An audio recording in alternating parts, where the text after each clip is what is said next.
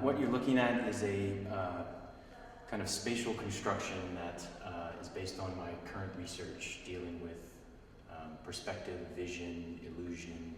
And what it has to do with is I'm interested in how we move through space and how certain forms and colors and light have an effect on that movement through space.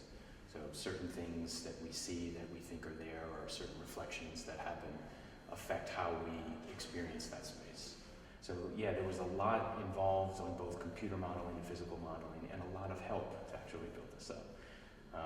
I had a crew of 6 students who were helping me and that were instrumental in creating this, and one incredible fabricator, Paul Masterson, who is the shop master at the College of Design, dealing with reflections and dealing with kind of contrasting paint colors and dealing with fields of paint that would allow the piece to float if you're looking at it from a particular vantage point. So it becomes a backdrop. When you're standing in the first point, you see the black cube floating in this field of pink, for example. And when you come around this, those pinks start to change, and the reflective quality of the pinks in the gold and the black together, it creates this kind of kaleidoscopic moment when you enter into the piece.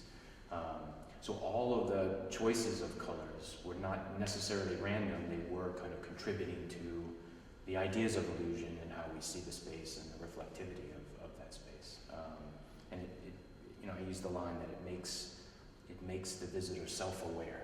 And so it's not just someone looking at the piece, it's someone in the piece, someone that can experience the space rather than just seeing a static space. Everything is in constant motion, even the floor.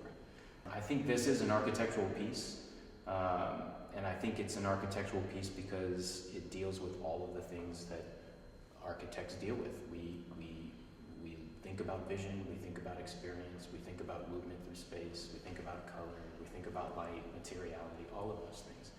And to do something, an installation that is full scale, where someone can enter it and move through it, it's no longer a kind of purely sculptural piece. It does engage the body in that way.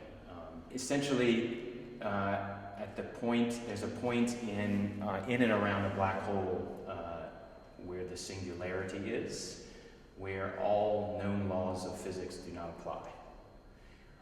In the mathematical definition, there's a statement where there's a point where general equations do not kind of follow known laws of mathematics. Things are not well behaved. I like these kind of moments, especially with this piece. From those 2 vantage points, you don't quite understand what you're looking at or what you're seeing. When you move off of that point, things change, right? They go from an understanding that you think you have of the piece to something completely different. And that understanding changes as you move through